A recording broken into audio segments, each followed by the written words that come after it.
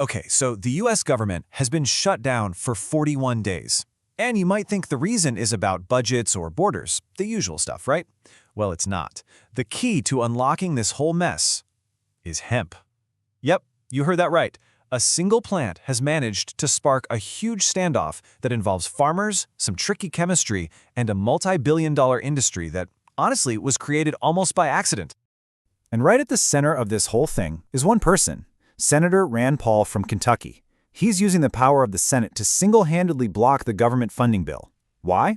He says he's protecting Kentucky's hemp farmers and small businesses from a new rule buried deep inside this must-pass bill that he thinks would just completely wipe them out.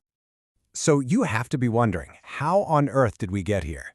How did this plant, the one we used to think of for making rope and clothes, suddenly become the centerpiece of a political battle that could vaporize a $28 billion industry literally overnight?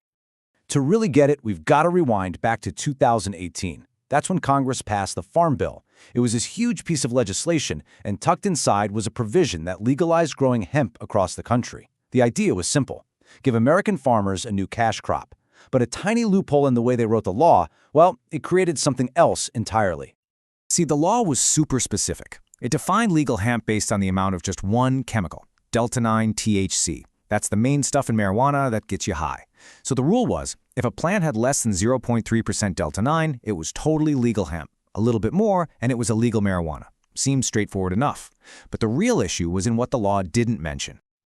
And here's where that chemical loophole just blew wide open. The law only cared about delta-9 THC.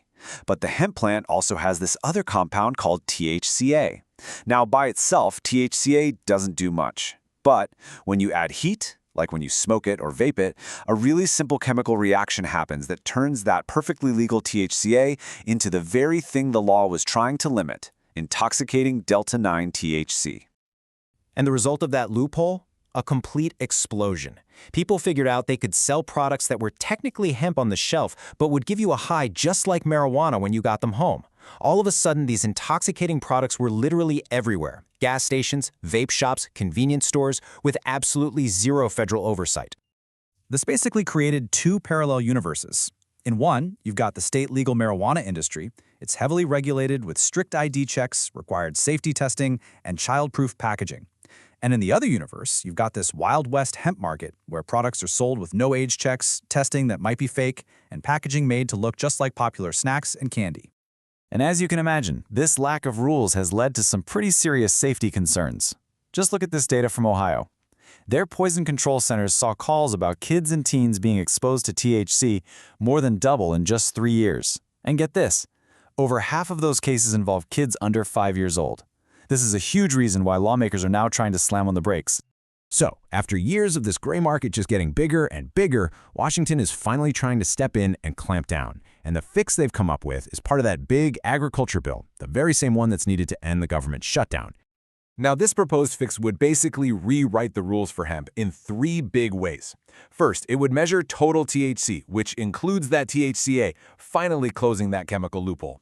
Second, it would ban a bunch of other intoxicating compounds. And third, and this is the real killer for the industry, it would cap the total THC in any product at just 0.4 milligrams. Now, to give you some perspective, a single low-dose cannabis drink usually has about 5 milligrams. This new limit would effectively ban almost every single intoxicating hemp product that's out there right now. And here's the big twist. The person pushing this ban the hardest is Senator Mitch McConnell. He's the one who championed legalizing hemp in the first place back in 2018. Now he's arguing that these changes are vital to close the loophole that his own bill created, all in the name of protecting our children. As you can guess, this proposed ban has triggered a massive backlash from an industry that feels like it's being targeted for extinction.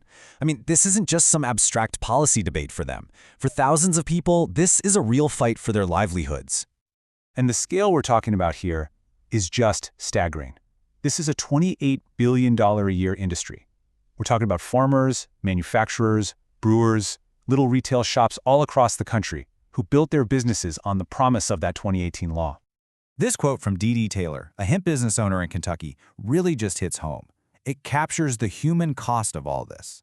She and thousands of people just like her are watching this political drama play out, and they are terrified that one vote in Washington could just erase everything they've worked for.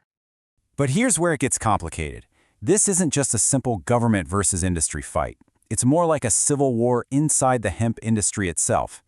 Not everyone is fighting the new rules. You've got people like Jeff Whaling, the chairman of the National Hemp Association, who actually supports them. He says, look, this closes a dangerous loophole and gets the industry back to what it was supposed to be about, grain and fiber, not a legal way to get high. It's really a battle for the soul of the industry. So you end up with this incredibly complex web of different groups all pulling in opposite directions. You got Senator Paul fighting for jobs. His fellow Kentucky Senator Mitch McConnell is fighting to protect children. Then you have state attorneys general and even the alcohol industry pushing for tight regulations. And caught in the middle are thousands of hemp businesses just trying to survive. So let's zoom out a little, because this fight is about way more than just one government funding bill. How this plays out is going to have huge implications for the entire future of cannabis policy here in the U.S. What we're really watching here is a proxy war. It's a preview of the much bigger and, frankly, inevitable debate we're going to have about federal marijuana legalization. How do you regulate these products? How do you balance state laws and federal laws? How do you keep people safe while still allowing a legal market to exist? This whole battle over hemp is the first real test of all these questions on the national stage. And if you're looking for easy answers in the public health data, you're not going to find them. Let's go back to Ohio for a second. At the same time that those poison control calls for kids were spiking, the state actually saw a 30% drop in fatal car crashes linked to marijuana. It's a really complicated picture, and it shows you that there are legitimate concerns on both sides of this argument. So where do things stand at this very moment? Well, the Senate has already voted, and it was a decisive one, 76-24. They rejected Senator Paul's attempt to get rid of the hemp ban. That means the funding bill, with the ban still inside it, has passed the Senate and is now on its way to the House of Representatives for the final vote.